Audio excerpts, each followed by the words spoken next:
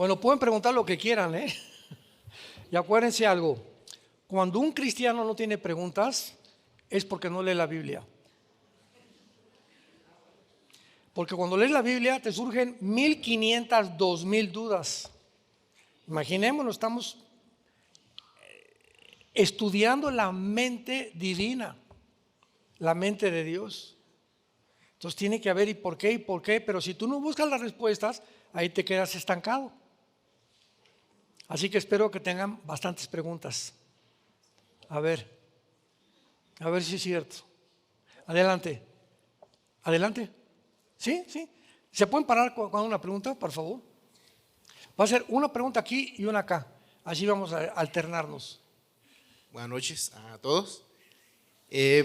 La pregunta, ahora que mencionó al principio la porción en Génesis capítulo 6, donde menciona un poco, me vino sobre los ángeles caídos, ¿verdad? Que vieron que las mujeres eran hermosas y que producieron hijos. Escuché una teoría de que fueron destruidos en parte porque estos seres no tenían alma. No sé si hay una base bíblica para eso o no. Mira, hay una muy buena pregunta en Isaías 26. Si me quieres acompañar, si traes tu Biblia. Isaías 26. Fíjate qué revelación más interesante nos deja aquí Dios. Pongan mucha atención. Isaías 26, versículo 14. Lo voy a leer ahorita en castellano y después en hebreo, para que veamos el trasfondo de lo que existe en estas palabras. Muertos son, no vivirán. Han fallecido, no resucitarán, porque los castigaste y destruiste y deshiciste todo su recuerdo. Cuando yo comencé a leer esto, Isaías 26, 14. Cuando yo comencé a leer esto, hace algunos años, yo dije, Señor, ¿a quién te refieres? Porque tanto buenos como malos vamos a resucitar. Pero aquí hay unas entidades que estás diciendo que no van a resucitar. Y la clave se encuentra en la palabra fallecido en el hebreo, que es la palabra, si le quieres apuntar, refaíta, con PH intermedia. Y los refaítas fue una de las tribus de los gigantes en el libro de Deuteronomio y en Primera de Samuel. Entonces, estos gigantes, ¿verdad?, no van a resucitar porque la Biblia dice que Dios es el Padre de los espíritus. Entonces no tenían alma, pero tenían espíritu. Los demonios son espíritus. Entonces, al morir los gigantes, los espíritus de los gigantes se convirtieron en demonios. Y son los que andan vagando en el mundo porque no tienen cuerpos. Los ángeles caídos sí tienen cuerpos y se han manifestado con cuerpos, pero los demonios no tienen cuerpos. ¿Cuándo perdieron estos cuerpos? Después de que acabaron con los gigantes y fueron extinguidos totalmente la humanidad. El que los extinguió fue el rey David. 1 Samuel capítulo 21. Ahí está la historia como David mata a los últimos 5 gigantes que quedaron. ¿Por acá? ¿Nadie por acá? Ya me voy. Regresamos para acá. ¿Qué pasó? Aquí están puros teólogos entonces. No es posible. Lo estoy viendo a cada uno para acordarme de todos. Voy a orar por ustedes. Adelante. Ok, buenas noches. Nosotros venimos desde Colombia. Es un gusto, doctor Armando Alducin. Mi pregunta es, sabiendo el contexto de Israel y la guerra que está pasando con Palestina, ¿por qué Israel está matando tanto, está secuestrando tal vez? Hay mucha sangre, ¿no? Pero mi pregunta, mi inquietud es esa, ¿por qué está tomando estas represalias tan drásticas? Y pues, ¿por qué no simplemente dejan a Gaza también como un país, como un estado? De por sí hay palestinos ahí. ¿Por qué no se consolida como un estado, así como consideraban a Israel como estado? ¿Por qué no también se quedan ellos como un estado y se vive entre comillas, en paz? Número 1, jamás en la historia han existido los palestinos, ni ninguna nación llamada Palestina. Cuando llegaron los judíos en 1948, eran algunos árabes que todavía poblaban la tierra de Israel. Fue el emperador Adriano Romano que quiso cambiarle el nombre de Yisrael a Palestina por su esposa Palestina. Y entonces, a través de la historia, comenzaron a nombrar Palestina.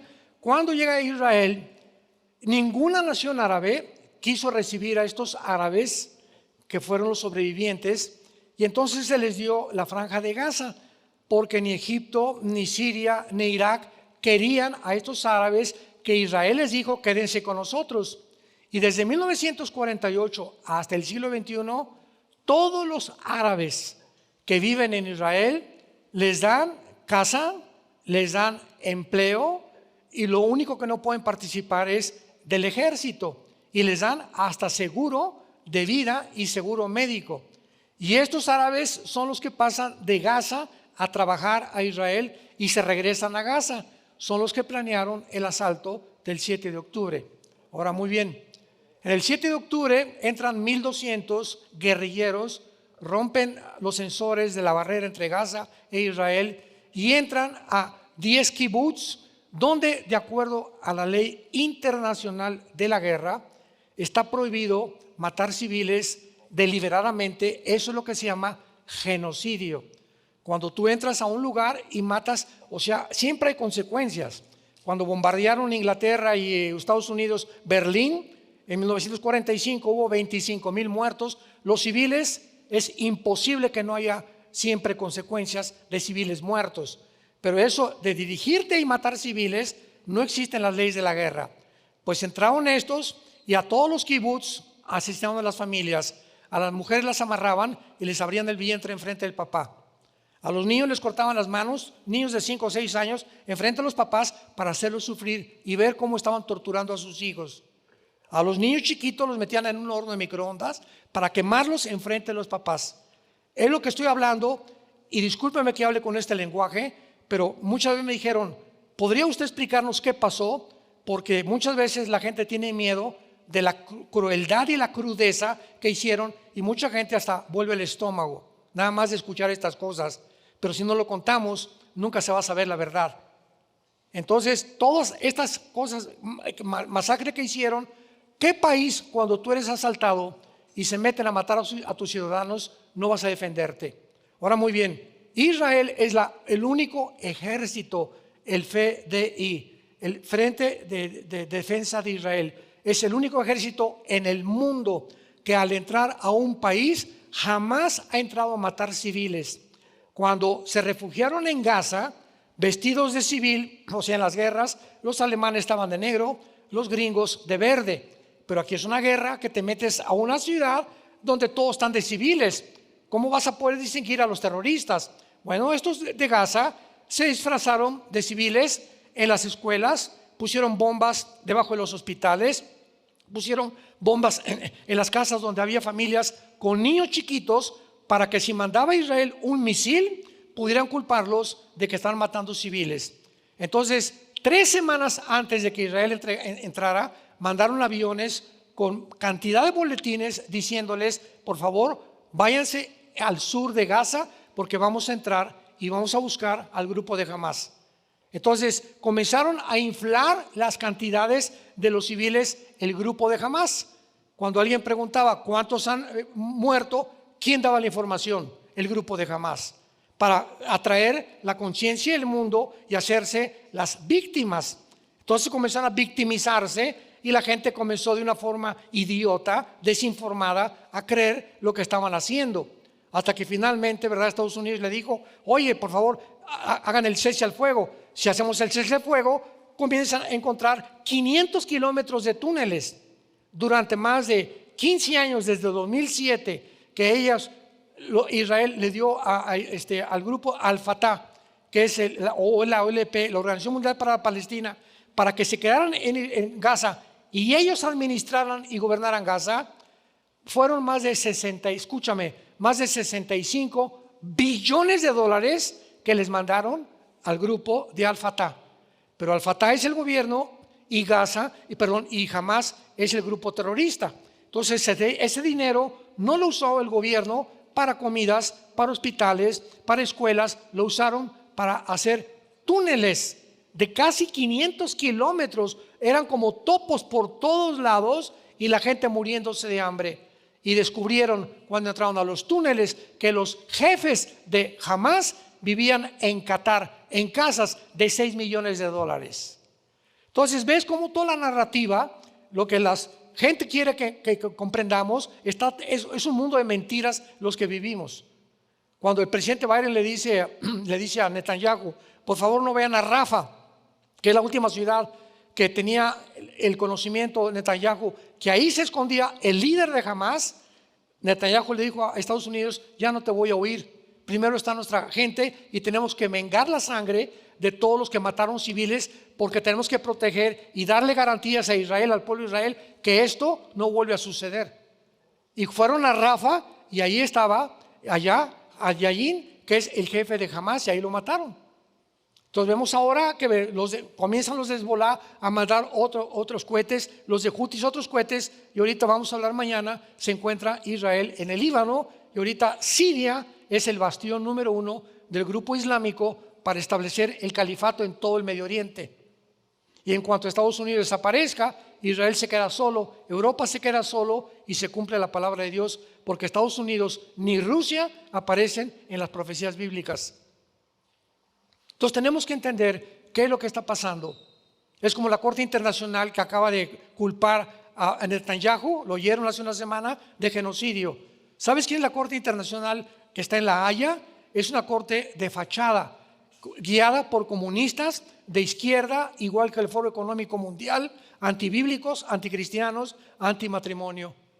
Son los que están manejando la Corte Internacional Penal. ¿Por qué no han hecho los genocidios de Zimbabue, de Nigeria, de Bayún, allá en África? ¿Por qué no han mandado matar y han sacado ¿cómo se llama? A Maduro de Venezuela, a Ortega de Nicaragua, a Correa de Ecuador, a Méndez de Cuba, a Petros de Colombia? ¿Por qué no han dictado órdenes de genocidio contra ellos? El mismo presidente que está ahorita en Colombia venía de las FARC, era guerrillero. Por el amor de Dios, vivimos un mundo de mentiras, hermano. Sí. Se podía parar. Buenas noches. Tengo una opinión y una pregunta. Usted me voló la cabeza porque me cambió todo el concepto que yo tengo de un pastor. De verdad, mis respetos por la inteligencia, la cultura que tiene, por las horas de estudio que ha hecho, por estar actualizado para el momento y para atreverse a hablar como habla. De verdad, mis respetos. Gracias. Nunca me había tocado conocer a alguien como usted. De verdad, muchas gracias. ¿Cuál es su pregunta? Mi pregunta es que en Génesis 1, cuando el espíritu se movía en el caos, ¿era debido a los ángeles caídos? Muy bien. Porque los ángeles, usted acaba de decir que cayeron al abismo y después pasó todo lo demás. Eso es lo que yo quería saber. Buenísima pregunta. Dice el versículo 1 de la Biblia: en el principio Dios creó los cielos y la tierra. Dice en el hebreo: Bereshit, Hamayim, Erek, a Israel, a Eretz. Y la palabra de en medio es el alfa y el omega. Son 7 letras en hebreo. Ahora, esto fue en el principio, cuando no había nada, ni los ángeles ni nada, cuando Dios creó la tierra. Y en el versículo 2 vemos que hay un cambio muy drástico y la tierra estaba desordenada y vacía. Y dice Isaías 45:18 que Dios no creó la tierra desordenada y vacía. Estaba llena de tinieblas y cubierta de agua. Y en el versículo 1, la palabra Eretz en el hebreo es una tierra vacía, y aquí es una tierra cubierta de agua. ¿Quién la cubrió de agua? Entonces, esto nos explica, si lo quiere apuntar, Ezequiel 28 e Isaías 14, cuando Dios crea a Lucifer antes de los seres humanos y a los ángeles que se rebelan entre los ángeles caídos actualmente y los ángeles que siguen subordinados a Dios. Entonces, entre el versículo 1 y el versículo 2 de la Biblia encontramos miles de años. Se llama el gap en inglés, o el intermedio o el paréntesis entre la antigua creación, y en el versículo 3 comienza la recreación del planeta Tierra. Y vemos que en los primeros 3 días Dios no crea nada. Le dice que produzca la tierra, pero nunca Dios creó las semillas. Que el sol se ponga en movimiento, el sol ya existía antes. Y cuando comenzamos a estudiar el idioma original, nos damos cuenta realmente lo que sucedió. Y finalmente pues Dios creó al ser humano, ¿verdad? Pero ¿quién estaba en el huerto del Edén? Ahí estaba ya la serpiente y los ángeles caídos en el Edén. El Edén era como, hagan un terreno geográfico, supongamos que era este espacio.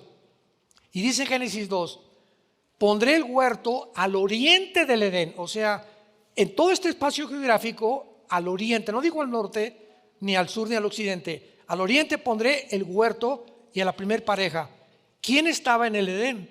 Los ángeles caídos con Satanás, y le permitió Dios que entrara a atacar a los seres humanos para poder probarlos y demostrar quién era Dios. Al contrario. Sí. Buenas noches, pastor. Dios les bendiga. ¿Cómo sabemos que realmente la iglesia será tomada y arrebatada? Sobre todo porque en Apocalipsis capítulo 13, a partir del versículo 7, se hace mención que la bestia va a hacer guerra contra los santos y que los va a perseguir y que los va a vencer. Okay. ¿Quiénes son estos santos? Muy bien. Gracias. En Mateo 24 dice, será predicado este evangelio para testimonio a las naciones y entonces vendrá el fin. Esa es la agenda que Dios le encarga a la iglesia. Pero si tú ya lees a los apóstoles, descubres en las cartas de Timoteo y de Pedro que la iglesia va a terminar en la apostasía. La iglesia no va a acabar la evangelización del mundo.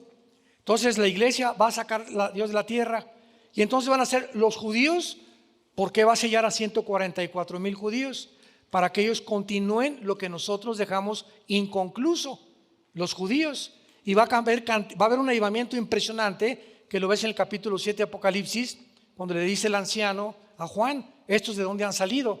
Han salido de la gran tribulación, no del rapto, sino de la gran tribulación. Entonces el anticristo, en capítulo 12, va a perseguir a 2 tipos de personas, a judíos y a cristianos, dándonos a entender la estrecha vinculación que existe entre nosotros e Israel. Allá atrás. Aquí ya ni les pregunto, ¿eh? Ya están levantando las manos, muy bien. Buenas noches, pastor. Mi pregunta es, para aclarar una duda, usted dijo enfáticamente que el anticristo va a ser musulmán. Antes yo entendía que iba a ser judío o no sé. ¿Cómo se va a reconciliar la relación que tiene que haber para que la construcción del templo y todo eso, siendo musulmán, y los judíos cómo es que lo van a aceptar? Por eso mismo, cuando el anticristo, apúntelo, Isaías 28, Daniel 9, 24 al 27, cuando el anticristo se siente con los judíos y los judíos tengan que recurrir a un hombre llamado, como se llame, nosotros vamos el anticristo, este hombre les va a decir a los judíos, les voy a prometer 7 años que nadie los va a tocar. Sabemos que va a violar el pacto. Ahora, ¿qué poder podrá tener este hombre que se siente con los judíos para que les garantice y les diga a los árabes, no se metan ni a los musulmanes?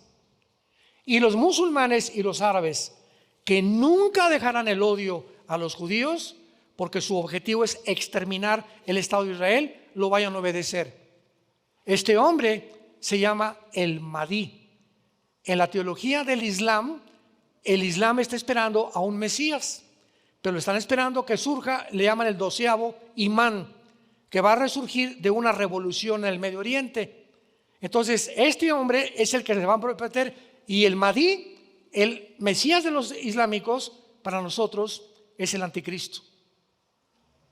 Entonces, un judío no podía ser el anticristo porque nadie lo obedecería. El único que puede detener la extinción del pueblo de Israel es un hombre que lo considera el Mesías y al único que podían obedecer. Sí, aquí, a ver, aquí atrás ya.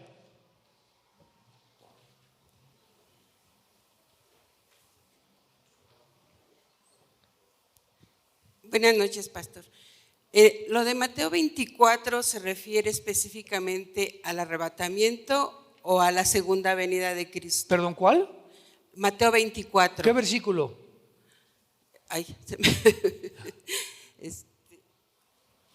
cuando dice que el sol se, a ver, permíteme. Que dos estarán en el campo y uno será tomado. Exacto. Es el arrebatamiento, claro. A eso se refiere al arrebatamiento. Claro. Ah, ok. De repente vas a levantarte y no está tu esposo. O tu esposo se va a levantar y no está usted. Ah, ok. Todos los niños en el mundo van a desaparecer.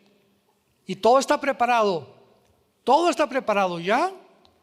Inclusive las Naciones Unidas y el gobierno de Estados Unidos en los últimos 6 meses están haciendo los senadores entrevistas a astronautas y a pilotos para tener información de los famosos objetos voladores no identificados. Entonces, cuando venga el arrebatamiento y desaparezcamos millones de seres humanos del mundo, ¿qué respuesta van a dar los gobernantes? Se los llevaron los ovnis. Se fueron un grupo de personas que nunca estuvieron de acuerdo con nosotros, etcétera, etcétera, y esta narrativa es la que va a prevalecer. Y por eso el diablo desde 1947 que comenzaron la aparición de los ovnis, interesante, antes de que Israel regresara a la tierra, de hace más o menos 75 años, la aparición de los ovnis cada vez es más frecuente. Y nosotros ya sabemos quiénes son, ¿verdad? Es una materialización de la energía satánica. Cuando recuerden ustedes cuando llegó Moisés y Aarón al faraón de Egipto, Éxodo capítulo 7, agarra Moisés la vara y la avienta al suelo, ¿se acuerdan? Y los hechiceros avientan sus varas y repiten el milagro. Esto se llama materialización de la energía. O sea, una vara es madera, no tiene vida absolutamente, y se convierte en algo vivo por el poder de los hechiceros. Nada más que la vara, la culebra de Moisés se traga a la culebra de los brujos. ¿De qué nos habla esto? Que Satanás puede materializar la energía. Él puede producir que tú veas un ovni, puede producir que se te aparezca alguien en la noche, que tu televisión se apague, que las puertas de tu casa se cierren, que haya ruidos de cadenas en tu casa, que haya visiones en el cielo. Él tiene un poder que los cristianos no hemos llegado todavía a entender, pero que es un poder impresionantemente poderoso, que puede realmente hacer cosas con la energía que no nos imaginamos que alguien pueda hacerlo más que él. Buenas noches, pastor. Agradecerle los jueves que se conecta en Zoom con Querétaro. Y la pregunta es de 1 Corintios 15, donde habla de la resurrección de los muertos. Dice, pero cada uno en su debido orden, Cristo las primicias, luego los que son de Cristo en su venida. Mi pregunta es, ¿quiénes las primicias y quiénes los que son de Cristo? Las primicias somos nosotros. Israel tiene 7 fiestas y 4 de ellas ya las cumplió en la primavera el Señor Jesucristo. La última fue Pentecostés, que se cumplió 50 días después de la crucifixión de Cristo. Entonces faltan 3 más, que son Rosh Hashanah, las trompetas, Yom Kippur, la expiación, y Sukkot, que es los tabernáculos. Se tienen que cumplir a fuerza.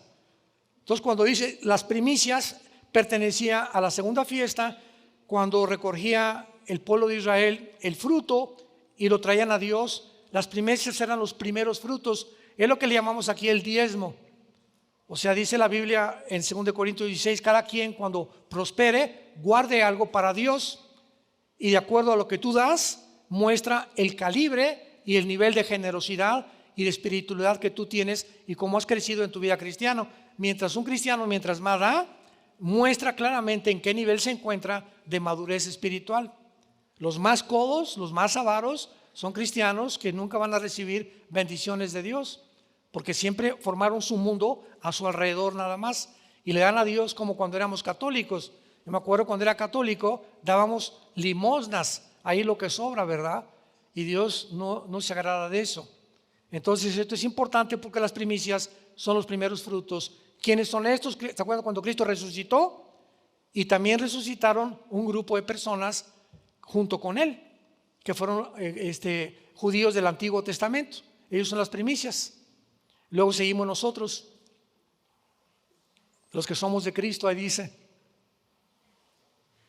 Sí. ¿Por dónde andan? Acá. ¿Por Acá. dónde? De este lado. El que lo tenga, párese, por favor. Yo acá estoy, pastor. Buenas noches. Ya te vi. Gracias, pastor. Yo tengo una pregunta. La Biblia habla que Jesús murió y al tercer día resucitó.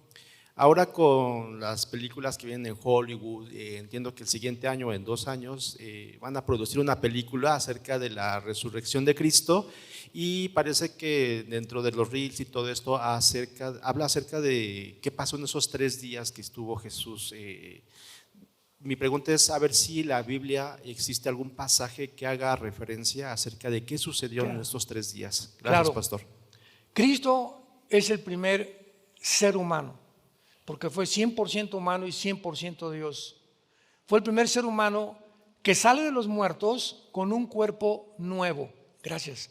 Con un cuerpo completamente glorificado. Es el único, porque todos los que resucitaron antes, ¿verdad? Lázaro volvió a morir otra vez, pero él es el primero en resucitar y no morir más, con un cuerpo completamente nuevo. La Biblia dice que cuando Cristo estaba en la tumba, Efesios capítulo 4, descendió a sacar a la cautividad, porque en el Antiguo Testamento existía la versión única, no había la revelación que Cristo nos da, que todos los espíritus descendían al Sheol, que era el lugar donde estaban los espíritus de los buenos y de los malos.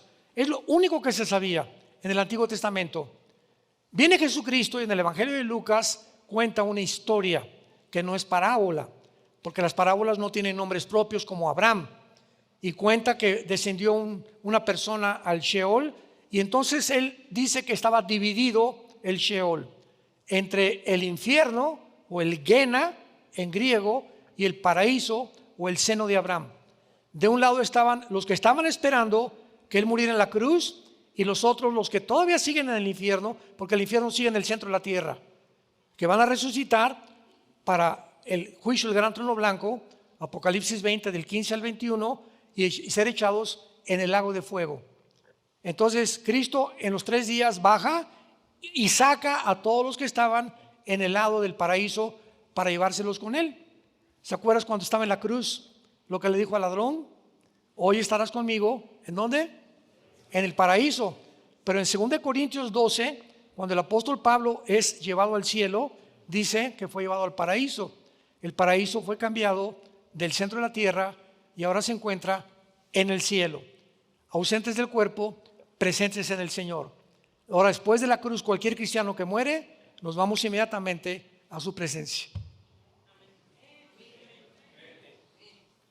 Doctor, tengo por acá, una pregunta en cuanto al tema de los 2 pueblos, porque mencionaba al principio que Israel y la iglesia son 2 pueblos completamente distintos. Completamente. Para dar contexto a mi pregunta, justo usted mencionaba en Romanos 9, hay un pasaje que he estado leyendo últimamente, que dice no, en cuanto a la elección de Israel, no que la palabra de Dios haya fallado, porque no todos los que descienden de Israel son israelitas, ni por ser descendientes de Abraham son todos hijos, sino en Isaac te será llamada descendencia. Y también en Gálatas 4, en el contexto de los judaizantes, Pablo dice que todos aquellos que han confiado en Cristo son hijos de Isaac, hijos de Abraham. La promesa, de Abraham también. Entonces, mi pregunta sería, ¿cuál es su argumento más fuerte, verdad, en cuanto al tema de un solo pueblo, de Bien. que Israel? ese Israel de Dios Ok. que menciona Pablo. La promesa de Abraham fue que de su semilla, ¿verdad?, vendría el Mesías. Y luego también lo dice Romanos capítulo 2, no todo el que se dice judío es judío. Entonces hay una descendencia de Abraham genética que fueron los fariseos. Juan capítulo 8. Y le dicen a Cristo, nosotros somos hijos de Abraham. Y Jesús les dice, sí, ustedes son judíos, pero ¿saben? Son hijos de vuestro padre el diablo. Porque aunque son judíos genéticamente, no entienden que el judío es espiritualmente el que ha, en su corazón lo ha completamente partido para que pueda realmente nacer de nuevo. Entonces, ahorita millones de judíos están en el infierno. El pueblo de Dios, el hecho que una persona sea judía no hay una garantía de que se vaya al cielo. Los que se van a convertir son los que crean en el Mesías, que son los que se van a convertir en la tribulación junto con nosotros, los gentiles. Entonces, ese pueblo Dios lo tiene apartado, como dice Elías, porque no has guardado, ¿verdad?, ni te has olvidado que hay más de miles que no han doblado su rodilla ante Baal. Elías se creía que también era el único que ya había sobrevivido. Entonces, esa es la diferencia entre los que, te lo voy a explicar mejor en Romanos. Apunta Romanos 2, porque está mucho mejor explicado. Y dice así, Romanos 2, versículo 28. Muy buena pregunta, porque hay mucha confusión ahorita al respecto. No es judío el que lo es por fuera, el que lo es exteriormente. Ni es la circuncisión la que se hace exteriormente en la carne. O sea, si tú, dice Dios, le dice Pablo, te dices judío porque te has circuncidado y has cumplido los ritos del judaísmo, eso no te hace judío. No has entendido lo que es realmente descender de Abraham, sino que es judío el que lo es en lo interior. Y la circuncisión es la del corazón. Lo mismo con los cristianos. Oye, yo soy católico, soy cristiano, porque voy a la iglesia, porque mi mamá era monja, porque voy a Roma, etcétera, etcétera. ¿Sabes qué? No es la religión ni la iglesia la que te cambia, y el hecho que vengas a una iglesia cristiana no te hace cristiano. Si vas a McDonald's no se les echa una hamburguesa tampoco. Entonces la iglesia no es la que salva la persona de Jesucristo.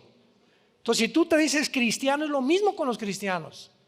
No, soy cristiano porque voy a tal iglesia, o soy bautista, soy presbiteriano, o voy a Viena para el mundo. ¿Sabes una cosa? El hecho que cumplas con lo de afuera no te hace cristiano. Es bueno que lo hagas, pero Dios ve el corazón si has nacido de nuevo.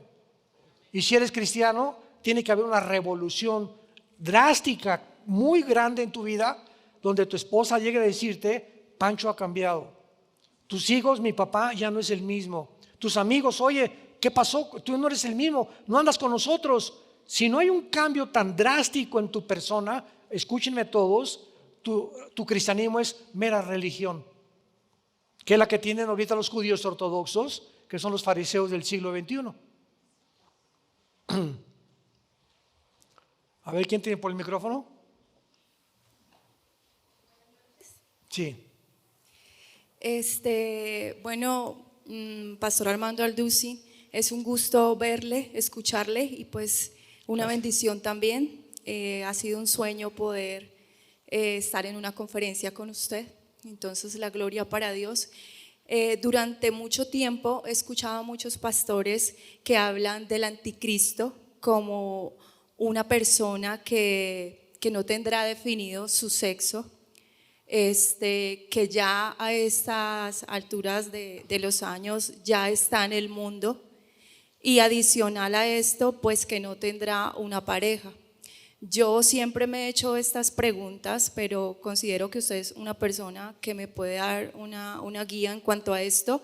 De hecho, todo enfoca a saber, ¿usted considera que ese anticristo ya está acá en el mundo? ¿Es un político? ¿Usted considera que quién es ese anticristo?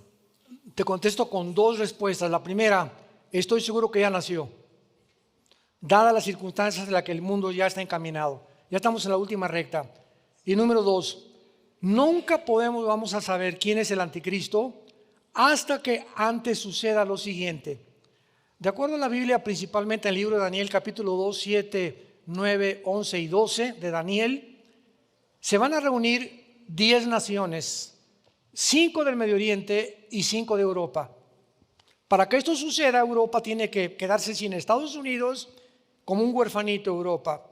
Y entonces va a tener que gritar al Medio Oriente, help, ayuda del petróleo y del gas, porque Rusia va a desaparecer también. Entonces, cuando se junten 5 naciones de Europa y 5 del Medio Oriente y se forme un G10, de una de esas naciones surge el anticristo, de acuerdo a Daniel 7, 24 y 25. De una de esas naciones. Entonces, hasta que no encontremos y veamos, oigamos en los medios de comunicación que ya se formaron 10 naciones del Medio Oriente uniéndose con Europa, que esto no va a suceder en, no me imagino, 1 o 2 años más, no podemos especular quién es el anticristo. ¿Qué es el rey Felipe? ¿Qué es Obama? ¿Qué es el Papa? Puras especulaciones. El anticristo va a aparecer de la oscuridad.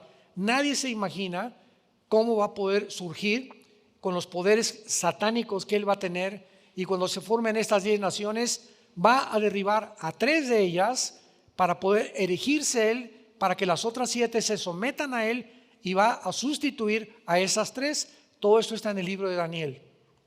Pero de que ya nació, segurísimo que ya está. A lo mejor está sentado ahí cerca de ustedes. Sí, adelante. No sé quién tiene el micrófono. Pastor, Yo no tengo el micrófono yo. Pastor, de este lado. Okay. Pastor, buenas noches. Doy gracias a Dios por su vida, pastor. Mi pregunta es la siguiente. Los evangelios nos señalan que una vez crucificado nuestro Señor Jesucristo, subió y se sentó a la diestra del Padre. ¿Sí? Pero en Apocalipsis 4, cuando Juan le piden que suba acá en el Espíritu, él subió en el Espíritu, ve el trono, ve a uno sentado en el trono, ve 12 tronos, los 24 ancianos, los seres vivientes, los que están ahí también, pero no describe a Jesucristo. ¿Por qué no lo describe si se supone que está sentado a la derecha del Padre? El libro de Apocalipsis no está escrito cronológicamente. Por ejemplo, rápidamente, antes de contestarte, tú ves el capítulo 13, donde el anticristo ya es rey. ¿Quién como él? Y lo comienzan a adorar. Y luego en el capítulo 17 apenas se está uniendo con la gran ramera, con el sistema religioso.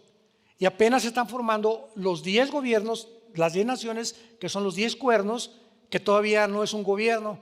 Entonces, ¿cómo es posible que 4 capítulos antes esté gobernando y hasta el 17 está manifestándose que va a comenzar su gobierno?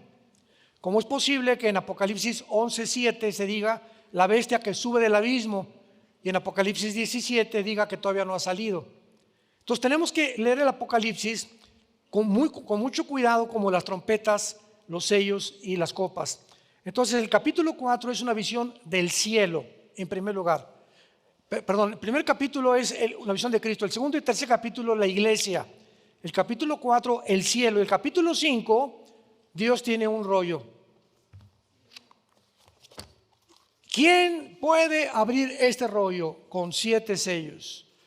Y nadie, ni en el cielo, ni en la tierra, ni papas, ni Abraham, ni Isaac, ni santos, nadie podía ser digno de abrir este rollo que contenían los juicios finales de Dios. Las 7 sellos, los 7 trompetas y las 7 copas. Entonces, por fin, Juan comienza a llorar en el capítulo 5, diciendo, pero ¿cómo es posible que si nadie los abre, no va a haber juicio del mundo? Y se acerca un anciano y le dice, no llores, la raíz de David, el león de la tribu de Judá, ha vencido para abrir los 7 sellos, y se los entregan a Jesucristo. Entonces, esta es la razón por la cual en el capítulo 4 vemos nosotros que sube Juan al cielo, ¿verdad? Que es un tipo del rapto. Y en el capítulo 5, después de que está el rapto, que vienen los juicios de Dios. Todos los cristianos no vamos a pasar por la tribulación. Amén. Yo ya me voy, yo no sé ustedes. Ya nos vamos. De veras, Estamos hablando en serio ya. ¿El micrófono quién lo trae? Adelante. ¿Qué tal? Buenas noches. Mi pregunta era más que nada respecto al milenio. Habla en función a lo que es Isaías 65, cuando habla de que el lobo y el cordero serán apacentados y cosas así. ¿Isaías cuál? 65. 65 Sí. y 66, sí. 65, Es el milenio. Que habla del milenio. Correcto. Entonces, mi pregunta es, para que exista una convivencia en paz entre los seres vivos que estén en ese momento, ¿cuál será la diferencia del impacto del pecado para que coexistan esos seres vivos? O sea, ¿qué impacto va a tener el pecado en general a todos los seres vivos o si nada más será exclusivamente? Muy bien. Hoy estamos en periodo de la iglesia, viene el rapto, 7 años de tribulación.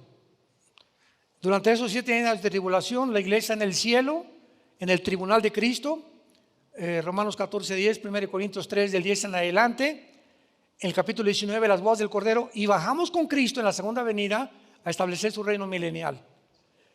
Y en el milenio va a haber pecado todavía. Dice Isaías 66, el niño de 100 años va a morir, va a haber pecado, porque todavía la maldición no ha sido erradicada. En el milenio va a haber reproducción, va a haber familias, nos vamos a seguir reproduciendo. Cuando termine el milenio, vienen entonces los cielos y la nueva tierra. Apocalipsis 21 y 22, así termina la Biblia, donde entramos a la eternidad, a la nueva Jerusalén que baja del cielo. Apocalipsis 22, versículos 3 y 4, ya no hay maldición.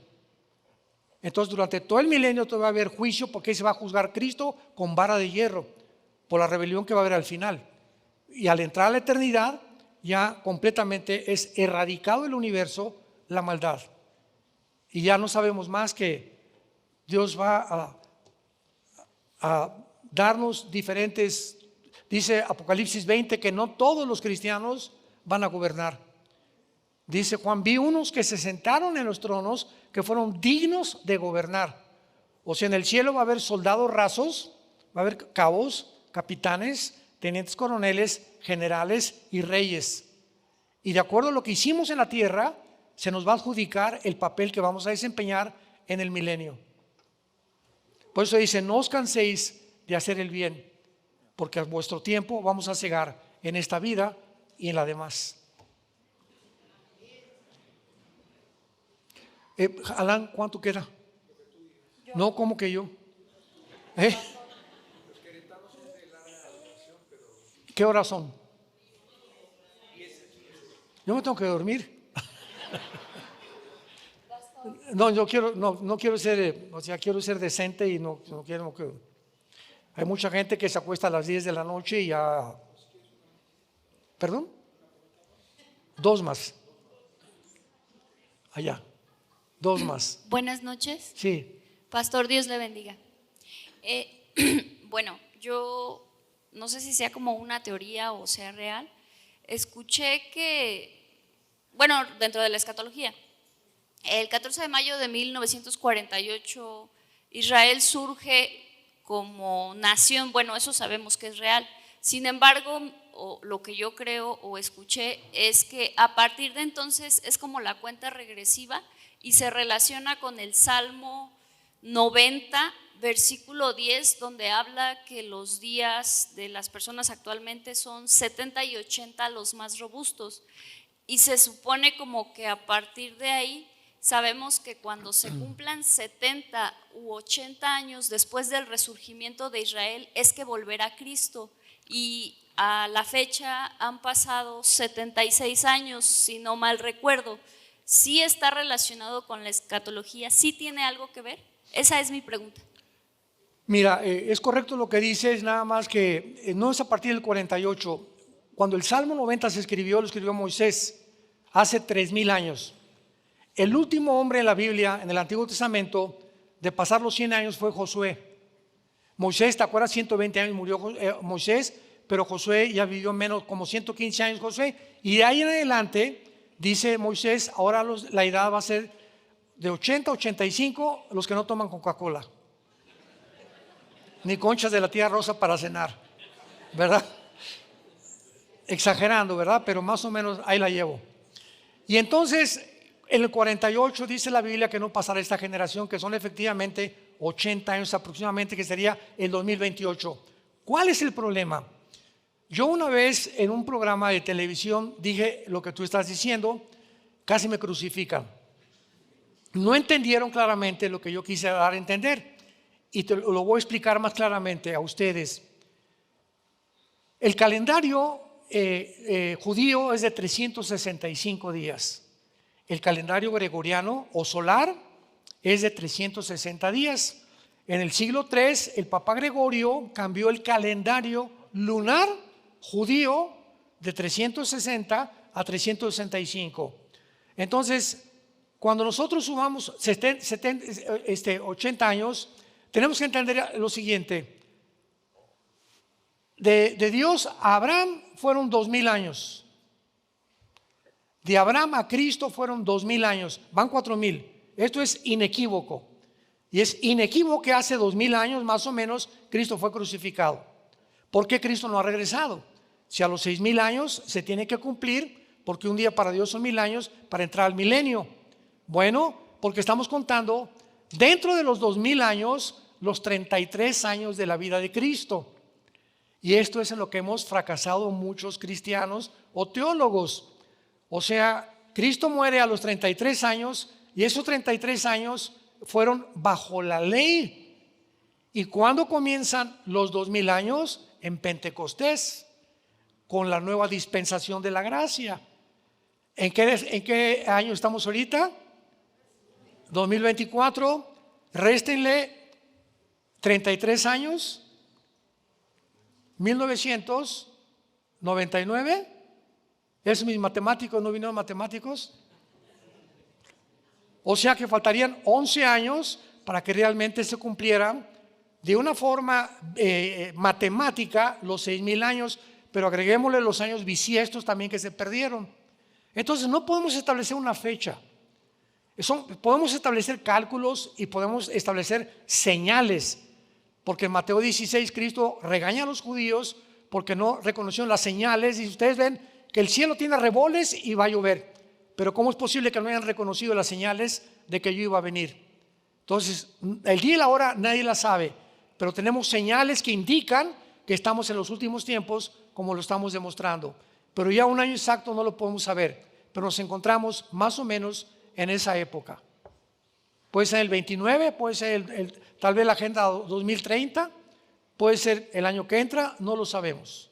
Pero nos encontramos en la última generación. Es lo único que podemos asegurar. Sí. Le ganaron. Buenas noches, hermano. Me pregunta, bueno, tengo tantas preguntas. Perdón, para terminar esto, para que quede claro, ¿por qué dije que es la última generación? Porque Mateo 24, 32 a 34, Cristo lo dice: el que vea la higuera reverdecer, cuando las hojas broten, no pasará esta generación sin que esto acontezca. Por eso, como tú dices, han sumado del 48, 28, 80 años, que es el 2028. Entonces, cuando dice Jesucristo, esta generación no pudo haber sido la generación de Él, porque ninguna generación de ellos vio esta. Nosotros somos la primera generación que está viendo las señales del fin. Gusto en conocerle. Gusto en conocerle. Digo. Igualmente, mucho gusto. ¿Cómo te llamas? Años, Antonio Pérez y mi familia. Pues, como dice, tantas preguntas que uno tiene a través de los años. Y pues se me vienen tantas, pero ahorita enfocado a lo que había dicho mi hijo, ¿cuál será la función de la iglesia cuando venga en el milenio? Ya ve que ahorita estaba comentando en lo que es Apocalipsis 20, que dice que bajará, ¿sí? Y unos tendrán la facultad de juzgar a las naciones. Bueno, lo que he estado leyendo.